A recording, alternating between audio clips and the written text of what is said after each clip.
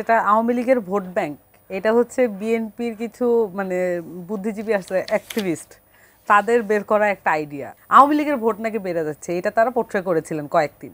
কিন্তু এখন তরুণরা কি করবে? তরুণরা কি আসলে আরেকবার একটা ব্যর্থ প্রচেষ্টা নিবে, নাকি তারা একটা নতুন প্রচেষ্টা নিবে? আপনাদের কাছে সবই নতুন। এই যে হিন্দুদের ভোট টানতে হবে, নতুনদের ভোট, সবার ধারণা যে নতুনদের ভোট সব থেকে বেশি হয়তো এনসিপির দিকেই যাবে।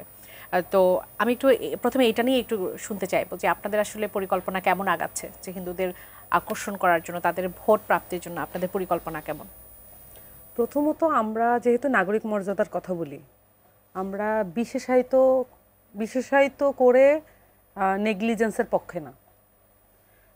প্রথমত আমরা সবাইকে একটা সবার জন্য সাম্য এবং নাগরিক মর্যাদা, মানবিক মর্যাদার হচ্ছে আমাদের লক্ষ্য।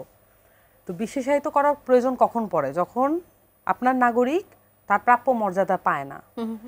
আমাদের দেশে হিন্দু জনগোষ্ঠীর উপরে সবচেয়ে বড় অত্যাচারকারী দল হচ্ছে আওয়ামী লীগ, এবং তারা হিন্দুদেরকে সেভ করবে এরকম বার্তা দিয়ে আসলে আওয়ামী লীগের ঘরবাড়ি, সম্পদ লুণ্ঠন এবং তাদেরকে অত্যাচার করে, এই জিনিসগুলো লোকালি তারা করেছে। ঢাকা কেন্দ্রিক তারা একটা আবহ দিয়েছে যে সবচেয়ে পূজা অর্চনা সব কিছুর সাথে আওয়ামী লীগ আছে। কিন্তু আপনি লোকালি কিন্তু এই মেসেজটা এরকম না। সো আমরা মনে করি যে আপনি যদি তার নিরাপত্তা, একটা নাগরিকের নিরাপত্তা, তার যে যা কিছু পাওয়ার কথা রাষ্ট্রের কাছ থেকে, তার যে নাগরিক অধিকার, এগুলো যদি আপনি সুনিশ্চিত রাখার প্রত্যয় নিয়ে আগান, এটা প্রত্যেকটা মানুষকে আসলে টাচ করে। সো আমাদের যেটা নিশ্চিত করা দরকার হিন্দুদের জন্য, সেটা হচ্ছে তার সামাজিক এবং রাষ্ট্রীয় নিরাপত্তা, এবং এই পরিচয়ের কারণে সে কোনো জায়গায় বৈষম্যের শিকার হবে না। হিন্দু পরিচয়ের কারণে এইটা নিশ্চিত করা সিম্পল। এটা এই দুইটা বিষয় নিশ্চিত করার কথা কিন্তু আমরা বারবার করে বলছি।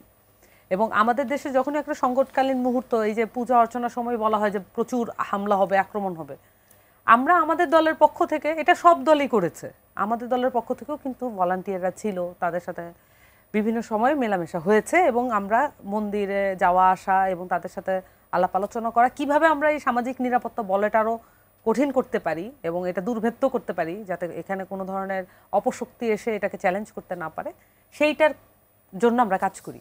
তো এইটা যেহেতু আমাদের প্রাইম কনসার্ন, আমার কাছে মনে হয় যে এই আমব্রেলা, এই যে একটা সুন্দর বলয়, এটার মধ্যেই এটা চলে আসে।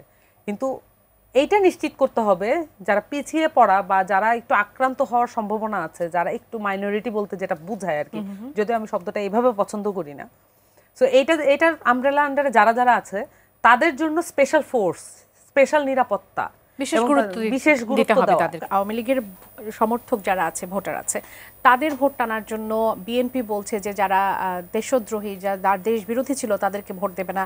জামাত ইমোশনাল ভাবে তারা বলছে যে যারা আসলে চাঁদাবাজি করে তাদেরকে তারা ভোট দেবে না। এনসিপির আসলে পরিকল্পনা কি যারা আওয়ামী সমর্থক আছে তাদের ভোটকে টানার জন্য, নাকি তাদের ভোট দরকার নেই? দেখেন, আমি মনে করি যে এই যেটা আওয়ামী লীগের ভোট ব্যাংক, এটা হচ্ছে বিএনপির কিছু মানে বুদ্ধিজীবী আছে, অ্যাক্টিভিস্ট, তাদের বের করা একটা আইডিয়া। সেটা হচ্ছে বিভিন্ন ধরনের পোল বের হয়েছিল মাঝখানে, সেখানে এনসিপির কমে যাচ্ছে বা বেড়ে যাচ্ছে, এটা নিয়ে আমার হেডেক নেই। বা একটা কনসিস্টেন্ট বিষয়, আওয়ামী লীগের ভোট নাকি বেড়ে যাচ্ছে, এটা তারা পোট্রে করেছিলেন কয়েকদিন। এটা বের করার পরেই জামাতের নেতারা সজোরে ছুটে গেলেন বিভিন্ন ধরনের জেলা উপজেলায় এবং বলা শুরু করলেন যে আপনাদের কিচ্ছু হবে না, মামলা টামলা আমরা দেখব, আপনাদের সম্পত্তি কিচ্ছু হবে না। এটা তারা করেছেন। আওয়ামী লীগের কোনো ভোট ব্যাংক নেই, প্রথমত এটা হচ্ছে বিষয়।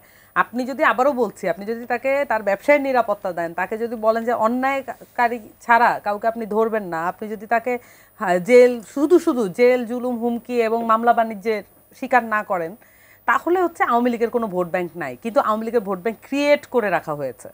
এই যেই কথাগুলো বললাম, এগুলো করে এটা ক্রিয়েট করে রাখা হয়েছে। যেটি করলে আওয়ামী লীগের ভোট ব্যাংক নাই, সেটি নিশ্চিত করা কিভাবে সম্ভব? আসলে দেখেন, আমরা মনে করি যে আমাদের যে বিভিন্ন দলে যে ম্যানিফেস্টোগুলো আসছে, আমরা যে কথাবার্তাগুলো বলছি, আমরা তো আসলে এই কমিটমেন্টগুলো আসলে কারা রাখবে, এটা একটা বিষয় আছে। যে আমরা দেখেছি যে হ্যাঁ, আগে অনেকবার ক্ষমতায় যাওয়ার এক ধরনের সিলসিলা আছে বিভিন্ন দলের, কিন্তু ব্যর্থতার সিলসিলাও তো আছে সাথে।